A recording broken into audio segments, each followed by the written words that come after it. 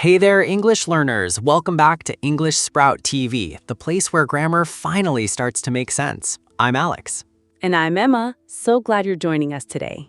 Emma, I've got a question for you. Have you ever been telling a story about something that happened in the past, and then suddenly you need to talk about something that happened even earlier than that, and your brain just freezes? Oh, absolutely. Like you're already in the past tense, and then you realize, wait, this other thing happened before the past. So you need to go deeper into the past? Exactly. It's like past tense inception. And then on top of that, there's this whole other thing when you're talking about imaginary situations in the past, things that could have happened but didn't. And you need would plus a base verb. And suddenly you're like, why is English doing this to me? I feel that. But here's the good news. Once you understand the logic behind these two structures, they actually become pretty straightforward. Today, we're breaking down two essential B1, B2 grammar points. Had plus past participle, that's the past perfect, and would plus base form, which shows up in a few different contexts. By the end of this episode, you'll know exactly when to use each one, how they're different, and most importantly, how to use them confidently in your own conversations. So grab your notebook, maybe a cup of coffee, and let's get into it. And as always, we'll have practice moments built right in, so you can repeat after us and start training your brain to use these naturally. Ready, Alex? Let's do it. Okay, let's start with the first structure. Had plus past participle. This is what we call the past perfect tense. And honestly, the name sounds scarier than it actually is. Totally. So here's the simplest way to think about it. The past perfect is used when you're already talking about the past and you need to mention something that happened before that past moment. Let me say that again because it's important. You're already in the past, and then you need to go further back. That's when you use had plus past participle.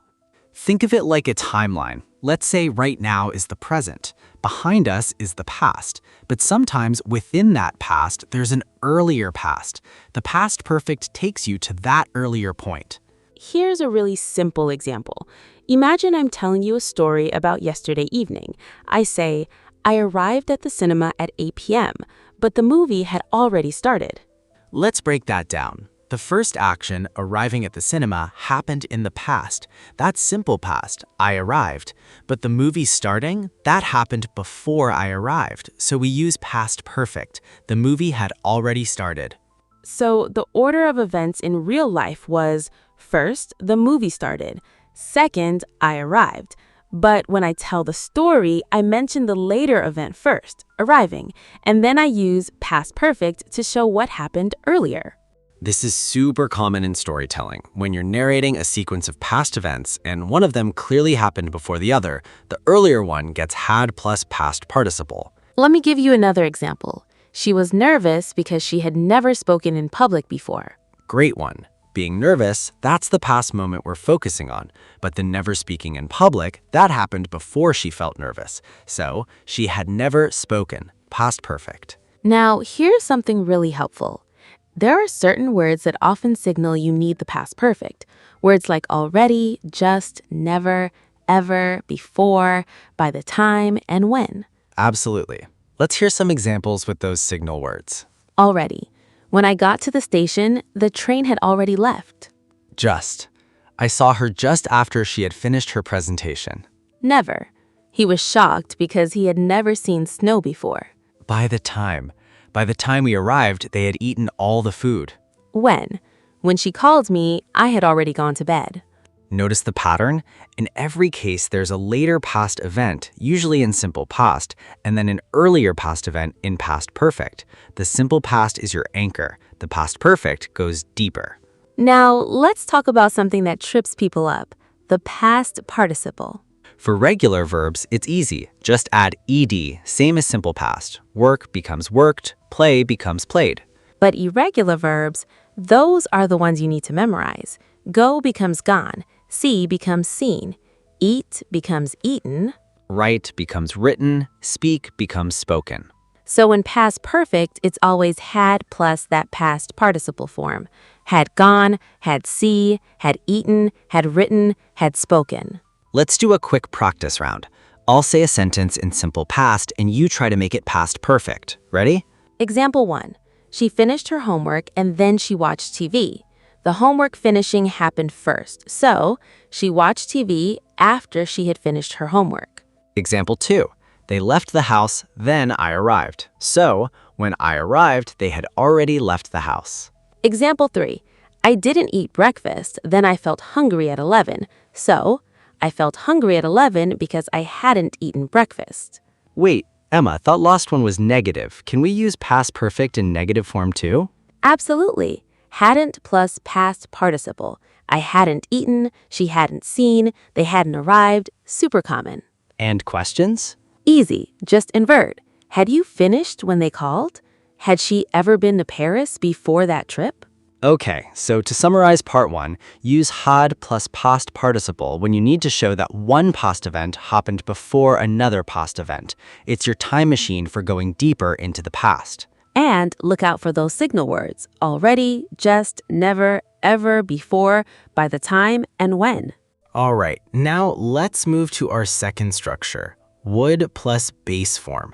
And I want to be honest with you, this one is a bit trickier because would shows up in several different situations in English. So we're going to break down the 3 most common uses at the B1, B2 level. 3 main uses. Let's go through them one by one. First up, conditionals. You know those if sentences? Type 2 and Type 3 conditionals both use would. Type 2 is for present or future unreal situations, things that aren't true now or probably won't happen. The structure is if plus past simple, would plus base form.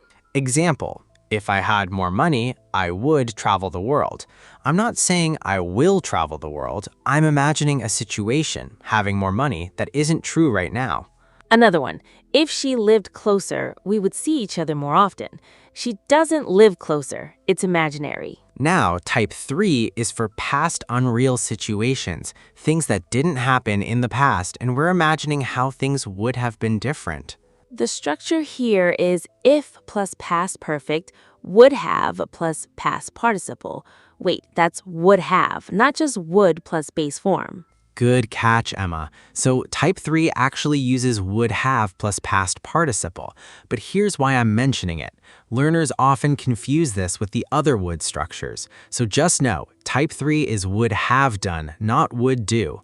Example, if I had studied harder, I would have passed the exam. I didn't study harder, I didn't pass. I'm imagining the opposite. So for today's main focus, would plus base form, we're really talking about type 2 conditionals and a couple other uses. Type 3 is related but slightly different. Okay, use number 2, and this one surprises a lot of learners. We can use would to talk about past habits, especially when we're telling stories or reminiscing. Right. When you were a child, maybe you would visit your grandparents every summer, or my grandfather would always tell the same joke at family dinners. Here's the thing. We usually only use would for past habits when we're describing repeated actions, not states. So you can say, I would play outside every day. That's an action. But you can't really say, I would be happy to describe a past state. For states, we use used to. Great distinction. So when I was young, I would ride my bike to school every day. Repeated action, past habit, works perfectly. Or, my dad would always wake up at 5 a.m. and make coffee. Again, repeated action in the past. Notice how this creates a nostalgic storytelling feeling? We would spend hours at the beach just talking and watching the waves. It's warm, it's reflective. And you can often swap would with used to for these repeated actions. I used to ride my bike to school means basically the same thing, but would sounds a bit more narrative and literary. Third use, and this is probably the first one you learned as a beginner, would for polite requests, offers, and invitations. Super common in everyday English. Would you help me with this? Would you like some coffee? Would you mind closing the window? This isn't about the past at all. It's about softening what you're saying, making it more polite, less direct. Compare open the door versus would you open the door? The second one is much more polite because of would. Or do you want coffee versus would you like some coffee? The would version feels more formal and considerate. And notice the structure. Would plus subject plus base form. Would you pass the salt? Would they be interested in joining? This use is less about grammar rules and more about social English, knowing how to sound polite and natural, but it's absolutely essential at the B1, B2 level. Okay, so now we've seen both structures, but Alex, I know learners sometimes get confused because had and would can both appear in sentences about the past. How do we keep them straight? Great question. Let's just talk through it naturally. No charts, no tables, just the logic. So here's the simplest way to separate them. When you use had plus past participle, you're always doing one specific job. You're showing that one past event happened before another past event. That's it. It's all about the timeline. Right, like she had left before I arrived. There's no imagination there, no politeness, just pure sequence. Two things in the past, and we need to know which one came first. Exactly. Now, would plus base form, that's completely different. You're either imagining something that isn't real, describing a repeated habit from the past, or being polite in the present. None of those are about comparing 2 points in time. Let's hear them side by side in a way that actually shows the difference. Imagine we're talking about a woman named Sarah. Okay, Sarah had left the office before the meeting started. That's past perfect. 2 past events, Sarah leaving and the meeting starting. She left first. Now compare that to Sarah would leave the office early every Friday. That's a past habit, something she repeatedly did. There's no second event we're comparing to. We're just describing her routine. See how different those feel? The first one is like a detective establishing a timeline. The second one is like a friend telling you a story about what someone used to do. And here's another layer. Both structures can show up in the same sentence doing totally different jobs. Listen to this. By the time I arrived, she had already left, but she would normally stay until 6. Oh, that's a great example. She had already left, past perfect, earlier past event. She would normally stay, past habit, her typical behavior. Same sentence, completely different functions. So the real question to ask yourself is, what am I trying to express? If you're comparing when 2 past things happened, reach for had. If you're imagining, describing old habits, or softening a request, reach for would. And here's a quick tip about negatives. Would has that contraction, wouldn't. That's super common in speech. I wouldn't do that if I were you. Past perfect negative is hadn't. I hadn't realized you were there. Also, in informal spoken English, you might hear something like, she'd left before I got there. That duh is short for had, but at the B1, B2 level, I'd recommend saying the full she had left while you're practicing. It keeps things clear in your head. Totally agree. Once you've really internalized the structure, then you can start using contractions naturally. All right, let's talk about the mistakes we see all the time at this level, because knowing what not to do is just as important as knowing what to do. Mistake number 1, using past perfect when simple past is enough. Learners sometimes think past perfect makes them sound more advanced, so they overuse it, like saying, I had gone to the store yesterday.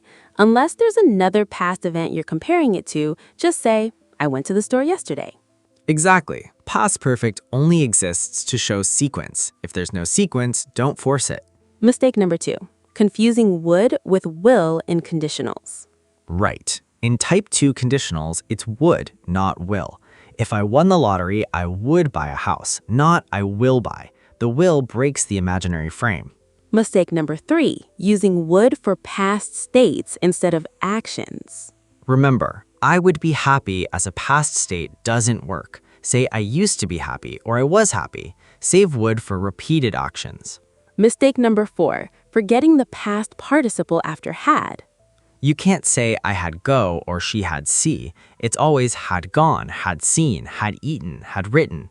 That past participle is non-negotiable. Mistake number 5, using would have when you just need would. This is super common. Learners hear would have in type 3 conditionals and start using it everywhere. But if I had more time, I would have travel, that's wrong. It should be I would travel for type 2. Save would have for type 3 past unreal situations.